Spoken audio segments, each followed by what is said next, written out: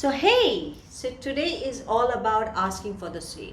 So in any business I have coached, normally I address this one part of increasing your conversion rate. That is, does the business or the owner or the sales team, do they ask for the sale? And more often times than not, I'll tell you, most often salespeople don't ask for the sale.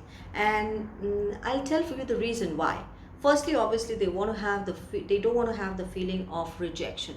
If the person says that I don't want it, what will happen? Actually he thinks, well, they don't like me, and would be more of a rejection feeling to it. You see, the other part is more of, they don't want to be tarred with a brush of, hey, this guy is a sales guy, this guy is going to push me for the sale, and he's going to be asking me to make the decision today. That's one of the reasons why people normally don't ask for the sale. And there is another side. One is rejection, the other side is called intraception.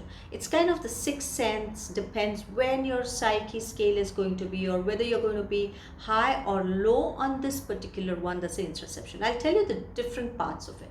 When someone has a high intraception, what's normally going through their head when they are in the sales cycle? They'll be thinking, can this person afford it? And they're not going to buy this probably. And they're all the time thinking, they're going to have lots of these thoughts coming up, more often times not than ever. So they don't verbalize it, but it's a chatter in the head.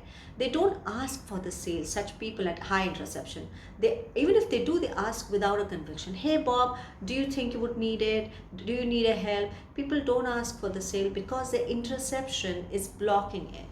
When people are low on this one, they're not thinking about, and what's the person, can he afford it, would they really want it, etc., etc. They just come in and ask for the sale every single time, because they are just like an autopilot. They can shut those parts out of their intraception, so they're not letting the internal chatter in their head overtake them. Or they can block that out, or whenever they want to. They just don't have it in the first place. So whether you need to turn in your intraception down, or your sales team needs to turn theirs, that might be the case. Okay, you want to look at that. Or you don't have it at all, then it's no problem at all, any case, in the intraception, because you're going to be asking for the sale anyways. I just said you got to ask. You might ask, well, Priscilla, ask for the sale.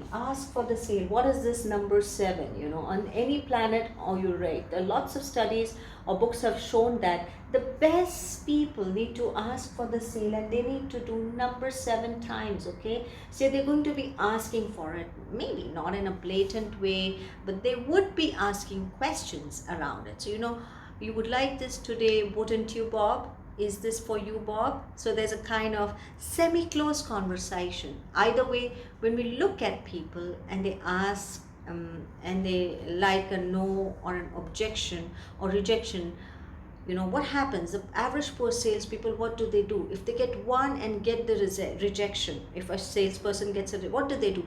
They run for the hills, as okay, because it's like, okay, this person said no, I feel embarrassed because I've got some rejection, I want to go to the next person.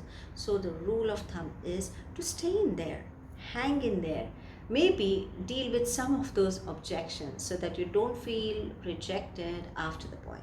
So keep asking, keep burrowing down to find the solution. So ask the sale, make sure you do it every single time.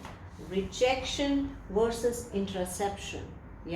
Going for rejection and intraception. Keep the intraception low and hang in there with handling the objection, and don't worry about the rejection. Get your intraception levels very low and ask for the sale every single time.